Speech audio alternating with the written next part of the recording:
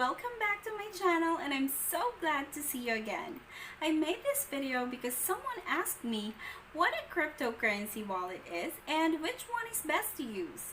So today, I will share my understanding of cryptocurrency wallets and the difference between custodial and non-custodial wallets.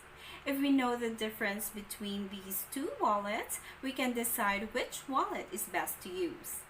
When you hold a cryptocurrency like Bitcoin, Ethereum, Litecoin, Dogecoin, or any other cryptos, you store them in a crypto wallet, a digital wallet that allows you to store your funds. It also allows you to send and receive cryptocurrencies. These funds are protected through the use of private keys.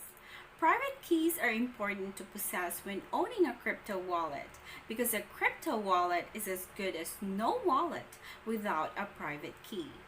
Public keys are also as important as private keys. They are used to receive cryptos while private keys are used to access them, check your balance, and execute transactions.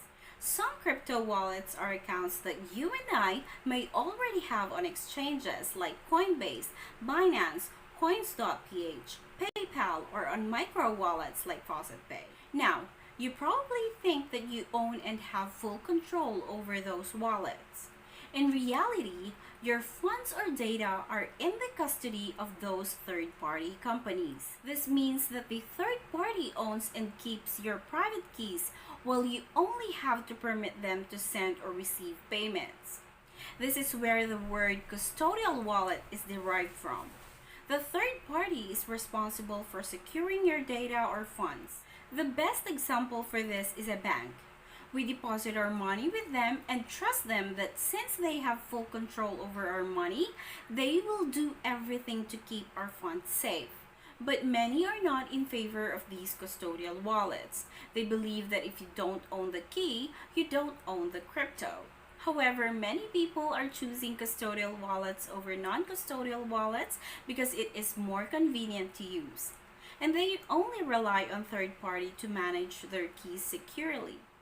While custodial wallets are less secure and more likely to be hacked, non-custodial wallet owners take full responsibility for the security of their wallets. Losing a password or a private key to a non-custodial wallet can be devastating if you don't take extra precautions. On the other hand, it is convenient to change a password if you happen to forget your password to a custodial wallet.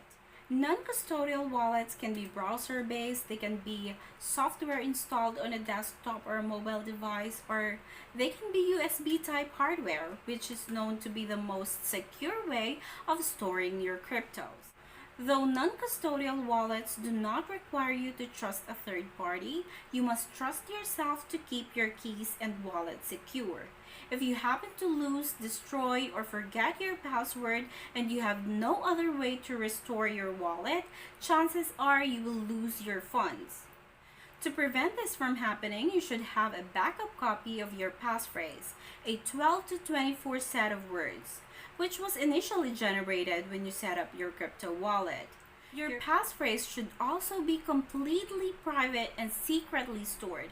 If someone else has a copy of your passphrase, they will be able to access your wallet from another device and steal your funds without you noticing it.